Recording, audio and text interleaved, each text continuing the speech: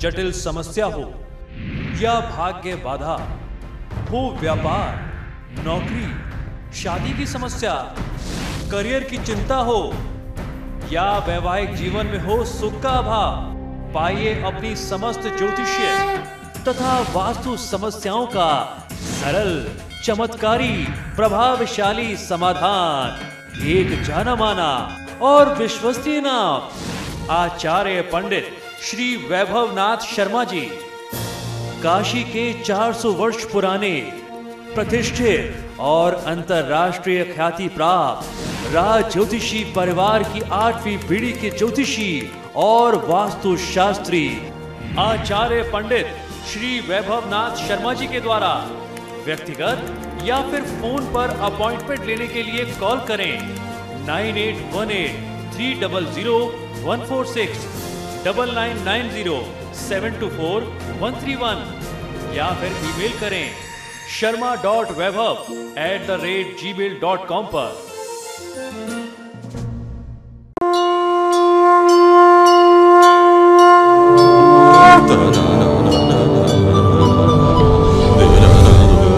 धर्मचक्र।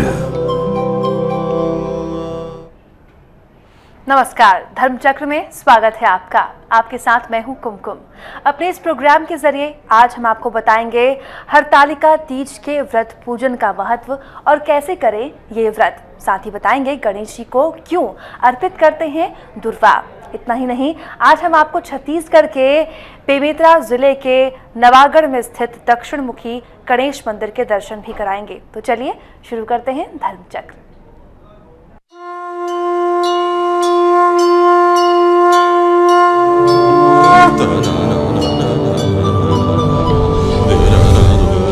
धर्मचक्र।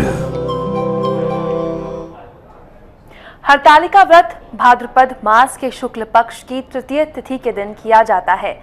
इस दिन गौरी शंकर का पूजन किया जाता है। धर्म ग्रंथों के अनुसार विधि विधान से हरतालिका तीज का व्रत करने से कुंवारी कन्याओं को मनचाहा वर मिलता है और विवाहित महिलाओं को अखंड सौभाग्य। ये व्रत हस्त नक्षत्र में होता है। आज हम आपको बताएंगे हरतालिका तीज के व्रत पूजन का महत्व और कैसे करें ये व्रत। इन सब बातों के लिए आइए आपको लिए चलते हैं पंडित वैभवनाथ शर्मा के पास। सभी सौभाग्यवती स्त्रियों को, गृहिणियों को, महिलाओं को हरतालिका तीज व्रत की हमारी तरफ से हार्दिक शुभकामना। आज हम आपको जानकारी देने वाले हैं कि किस प्रकार, किस विधि विधान से हरतालिका तीज का व्रत आपको करना चाहिए, क्या हो इस व्रत और पूजन का विधान और क्या है इसका धार्मिक महत्व। ये सारी जानकारी हम आपको दे रहे हैं।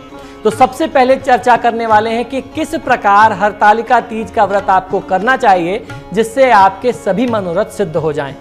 भारत में महिलाओं का प्रमुख त्योहार हरतालिका व्रत जो है भाद्रपद मास के शुक्ल पक्ष की तृतीया तिथि के दिन किया जाता है। इस दिन गौरी शंकर की पूजा आराधना का विधान है।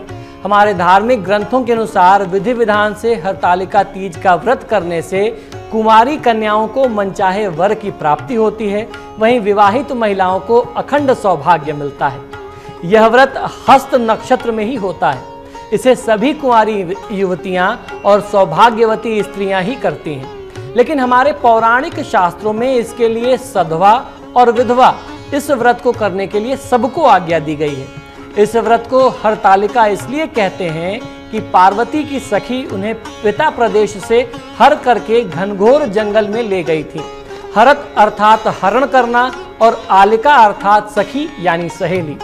तो ये तो रही हरतालिका व्रत की जो है एक धार्मिक कथा या इसके शुरुआत होने का क्या कारण था उसकी एक जानकारी और इसका महात्म्य क्या होता है। अब चर्चा करते हैं कि किस प्रकार करना चाहिए हरतालिका तीज का व्रत। सबसे पहले आपको करना यह है कि अपने घर को साफ, स्वच्छ और सुंदर रखें। तोरण से मंडप आदि बना करके अपने घर को सजाएं और सर्वप्रथम उमा महेश्वर सायुज्य सिद्धये हरतालिका व्रतमहम करिष्ये इस मंत्र को बोल करके आपको संकल्प करना है और मकान को मंडप आदि से सुशोभित करके पूजा सामग्री एकत्रित करनी है। इस दिन महिलाएं निर्जला रह करके व्रत करती हैं। संध्या समय स्नान करके शुद्ध व उज्जवल वस्त्र धारण करना चाहिए।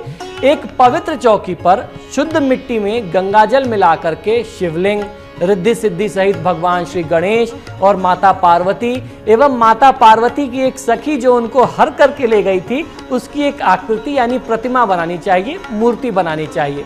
जिस समय आप प्रतिमा बना रहे हो, प्रतिमाएं बनाते समय भगवान का स्मरण करते रहें, महादेव के मंत्रों का या भजनों इत्यादि का आप उच्चारण करते रहें, उसको गाते रहें, भजते रहें, तो आपको लाभ मिलता है। उसके उपरांत जब मूर्तियां बन जाएं तो देवताओं का आवाहन करके उनका षोडशोपचार पूजन करना चाहिए। मूर्ति बना करके विधि विधान से पूजन कर लें। इस व्रत का पूजन रात्रि भर चलता है। इस दौरान महिलाएं मिल करके इस पूजा को करती हैं और रात्रि जागरण करती हैं और कथा और पूजन के साथ साथ कीर्तन भी करती हैं। यदि आप मूर्ति बना पाने में असमर्थ हो तो बाजार से खरीद करके लाई हुई मूर्ति को भी प्राण प्रतिष्ठित करके उनकी स्थापना करके आप पूजा कर सकते हैं। ऐसी कोई बाध्यता नहीं है कि आपको अपने हाथ से ही मूर्ति बना करके पूजा करनी है। भगवान शिव को धोती तथा अंगोछा अर्पित करना है। इसके बाद सुहाग की पिटारी में सुहाग की सारी सामग्री, जिसमें तमाम सारी चीज़ें सुहाग की होती हैं, आलता होता है, कंघी, बिंदी, सिंदूर, मेहंदी, ये सब सारी चीज़ें जो आपसे संभव हो जाए वो एकत्रित करके सुहाग की सामग्री सारी माता पार्वती जी को आपको इन सभी वस्तुओं को समर्पित करना है। इसके पश्चात सुहाग सामग्री किसी ब्राह्मणी को जो सौभाग्यवती हो उसको आपको दान में दे देना है और जो आपने महादेव को धोती दुपट्टा और अंगोछा अर्पित किया था वह उन्हीं के पतिदेव को, ब्राह्मण देवता को सधन्यवाद देना है। इस प्रकार पार्वती तथा शिव का पूजन आराधना करके हरतालिका तीज की जो व्रत की कथा है वह सुन लेनी चाहिए। इस त्योहार को दूसरी ओर बूढ़ी तीज भी कहा जाता है। इस दिन सास जो है वो अपनी बहुओं को सुहागी का सिंधारा दान करती हैं, देती हैं, भेंट करती हैं।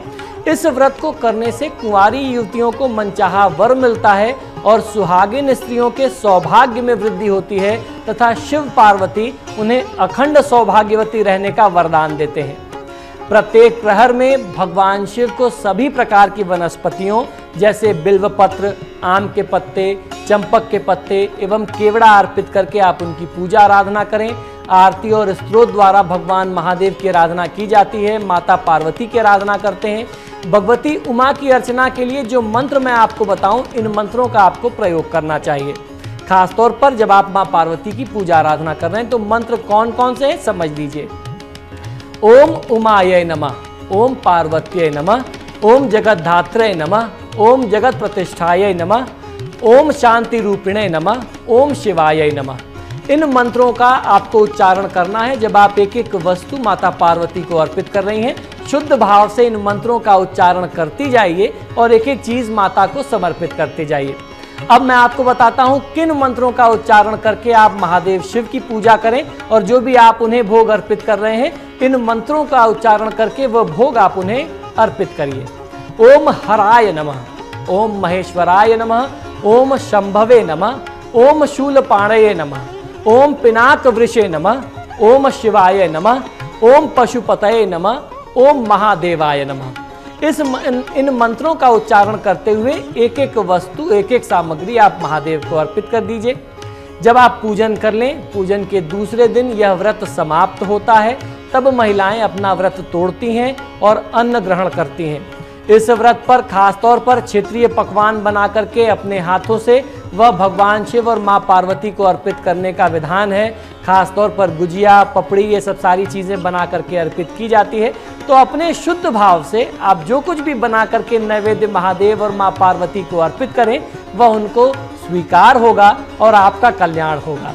यह पर्व आपके जीवन में ढेर सारी खुशियां और समृद्धि लेकर के आए। आपके परिवार की खुशहाली यूं ही बनी रहे, इसी प्रार्थना के साथ, इसी कामना के साथ मुझे आज्ञा दीजिए। फिर मुलाकात होगी। नमस्कार।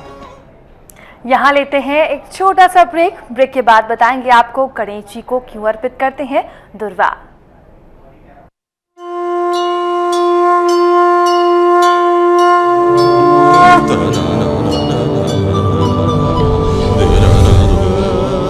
चक्र। जटिल समस्या हो या भाग्य बाधा हो, व्यापार, नौकरी, शादी की समस्या, करियर की चिंता हो या वैवाहिक जीवन में हो सुख का अभाव, पाइए अपनी समस्त ज्योतिषीय तथा वास्तु समस्याओं का सरल, चमत्कारी, प्रभावशाली समाधान। एक जाना माना और विश्वसनीय नाम, आचार्य पंडित श्री वैभवनाथ शर्मा जी, काशी के 400 वर्ष पुराने प्रतिष्ठित और अंतरराष्ट्रीय ख्याति प्राप्त राज ज्योतिषी परिवार की 8वीं पीढ़ी के ज्योतिषी और वास्तु शास्त्री आचार्य पंडित श्री वैभवनाथ शर्मा जी के द्वारा व्यक्तिगत या फिर फोन पर अपॉइंटमेंट लेने के लिए कॉल करें 9818-300-146, 9990-724-131 या फिर ईमेल करें sharma.vaibhav@gmail.com पर।